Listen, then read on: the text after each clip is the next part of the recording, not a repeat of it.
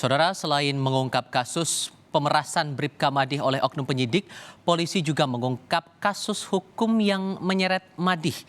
Polisi menyebut Madih dilaporkan atas kasus pendudukan lahan oleh warga dan diduga mengganggu aktivitas warga atas pos yang ia buat. Hal lainnya, Madih pun pernah dilaporkan ke Propam Polda Metro Jaya atas 2 kasus KDRT, yakni pada tahun 2014 dan tahun 2022 oleh kedua istrinya.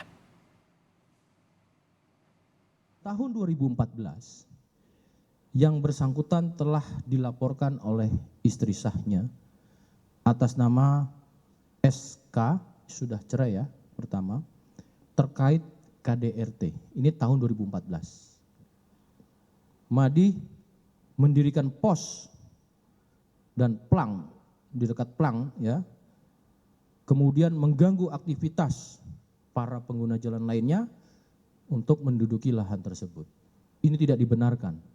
Seorang anggota polisi dan dia bukan sebagai eksekutorial. Tidak punya otoritas seperti itu.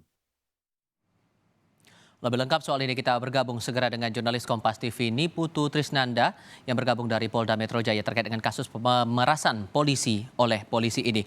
Putu, Polda Metro Jaya menyebut akan ada konfrontasi antara Bribka Madih dengan oknum penyidik ini yang disebut meminta hadiah dalam tanda kutip. Apakah itu sudah terlaksana atau baru akan direncanakan dilakukan?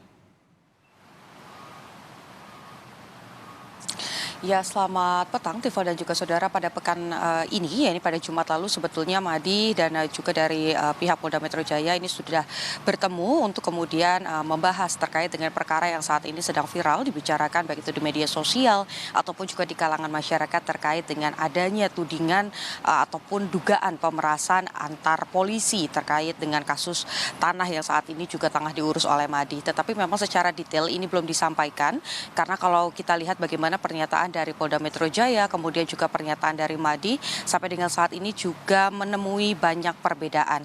Seperti yang disampaikan oleh Madih beberapa hari sebelum ini, kemarin juga disampaikan bahwa kasus yang saat ini tengah dilaporkan oleh Madih ini sudah berjalan cukup lama, bahkan lebih dari 10 tahun, mengingat bagaimana kemudian laporan ini sudah ada dari tahun 2011. Menurut keterangan dari Madih, ini intinya adalah memiliki lahan seluas lebih dari sekitar 6.000 lahan pada awalnya yang kemudian diperkarakan karena dianggap diserobot oleh pihak tertentu yang kemudian lahan ini dijadikan sebagai komplek perumahan.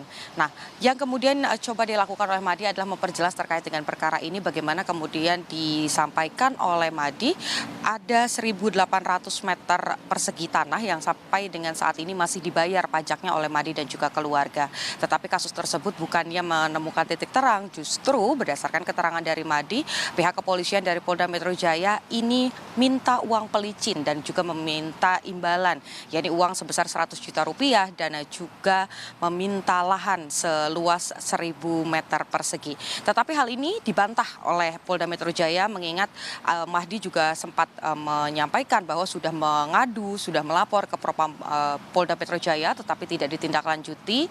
Ini disampaikan oleh pihak dari Polda Metro Jaya melalui Kabid Humas bahwa sebetulnya laporan tersebut tidak pernah ada. Justru yang masuk adalah laporan lain yang isinya adalah melaporkan Madih, baik itu terkait dengan adanya dalam tanda kutip aroganisme, bagaimana kemudian mencoba merusaklah, mengganggu ketertiban masyarakat, datang dengan seragam Polri, kemudian juga membawa sejumlah massa.